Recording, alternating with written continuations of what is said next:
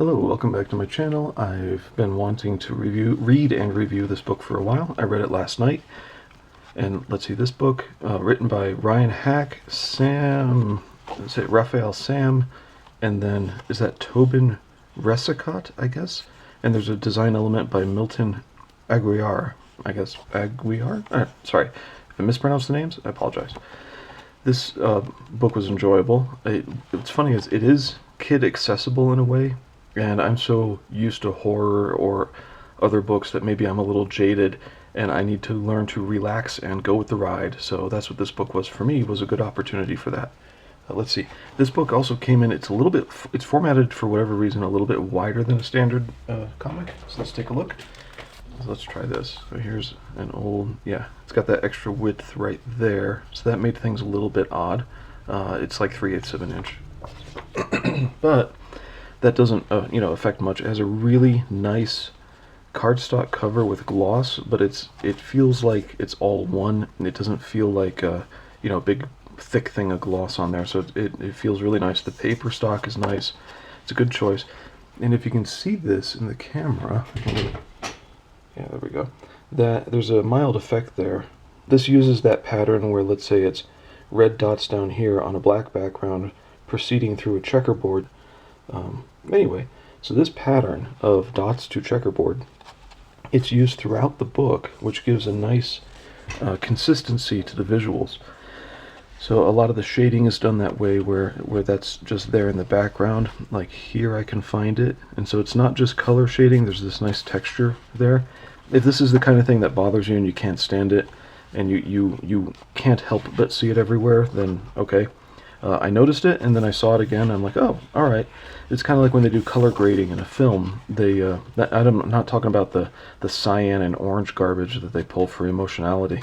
I mean, well, like Lord of the Rings did a lot of color grading for getting the trees consistent, so everything had a slightly reduced palette that way.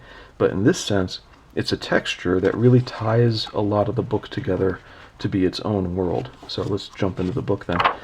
The story starts with, let's see, I'm going to tell you the story of Planet Christmas. That's this.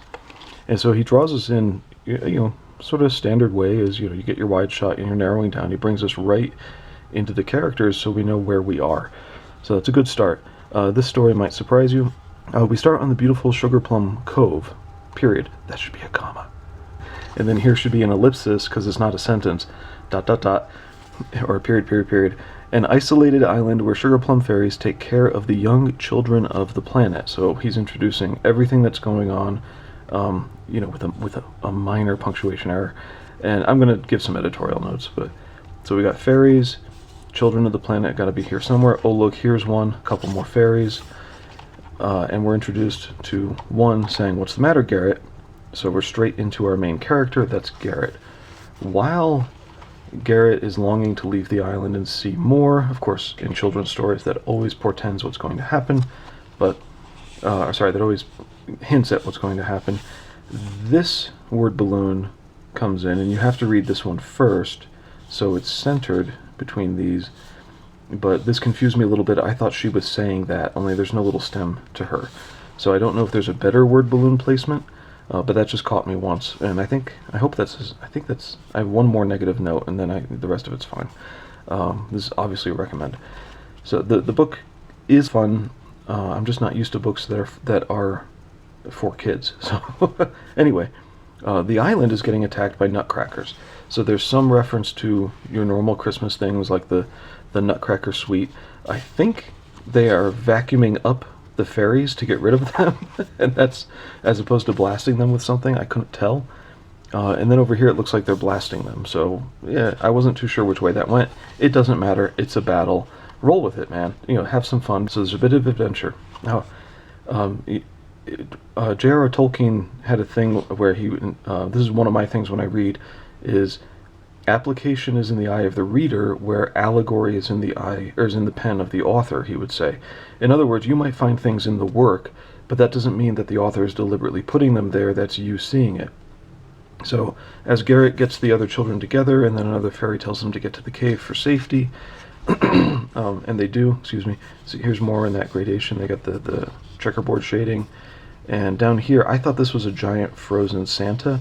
This is a giant blob of ice over the wall of the cave, and that's the one thing that was like, it's very difficult to depict that. So I can be really forgiving on the art with this one. I didn't know how to interpret it, but you figure it out right down there. Anyway, so what I'm seeing here is themes, but I'm not sure if they're themes. I'm not sure if this is in the pen of the author. What Garret goes through as the children are shuffled to safety and whatnot, he's seeing tragedy, so that's one thing. Oops. Yeah, they're seeing tragedy. There's abandonment, because all hope is lost repeatedly. And they're trying to get a letter out to Santa to send to Christmas Town in the North Pole, and all hope is lost again because it's not happening. Now, earlier, one of the fairies gave him a particular sugar plum to help protect him in danger, and he uses it to escape this situation, but it literally rolls him, like a big bubble, down into the battle going on outside. And then the last thing he remembers is this individual coming up and helping him. So we're getting into all hope is lost, but then finding new trust. And this struck me as really weird. Maybe I've watched too much horror sci-fi, where, you wake up somewhere, how do you know you can trust the people who are with you? Well, that actually, so I'm here like over predicting what might be in the book. That actually wasn't an issue. This is a kid's book. It's not as harsh as some kids' books could be, which is fine.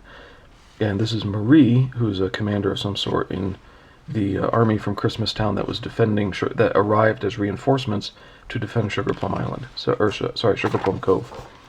And they set off, because she found his letter, they set off to go find Santa, but apparently only kids can sense where Santa is. As they set off, I just noticed there's a lot of imaginative stuff in here. It was really great. I don't know why there are penguins here, but I don't care. It's awesome. All sorts of gingerbread people. And look at this snow spider who hands out hot chocolate. Like, this is really imaginative. So with a title like Bric-A-Brac, I kind of expected the guy who did 12 Monkeys and was part of Monty Python, but now I can't remember his name.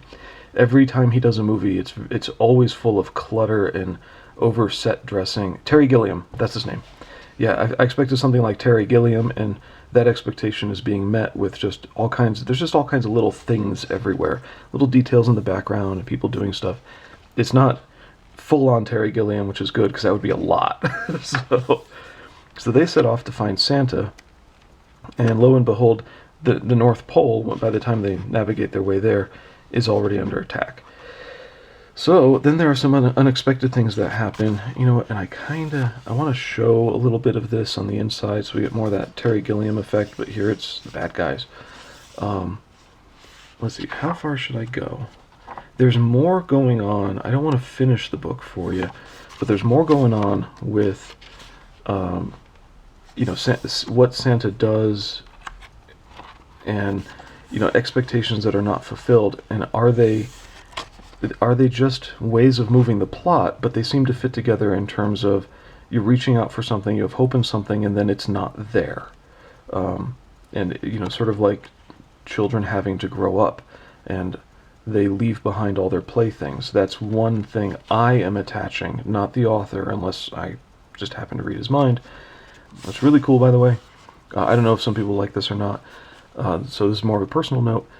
There are a lot of names in this list that I used to never know, and now I know these people. Like, this is amazing. Muttman is in here. That's really all the backers. So Muttman and Macho Dan are in here. I found my name in there, which is kind of cool. Like, wow, that's my name. Actually, it's a nickname. It's not my real name. Let's see. I can't read now. I can never read when I have the camera on. So yeah, the book happened. The sequel's coming out soon, and I think it's a campaign right now. So thanks for looking at this. I'm really impressed with just how many people supported this. It's amazing. The book did turn out well. If this is a first outing, I don't think it is, but let's say it's a first outing for Ryan Hack. I think as a writer, he's got a little bit of room to grow, but nothing like super critical that I would come down on. Nothing really like stood out to me or ruined anything for me.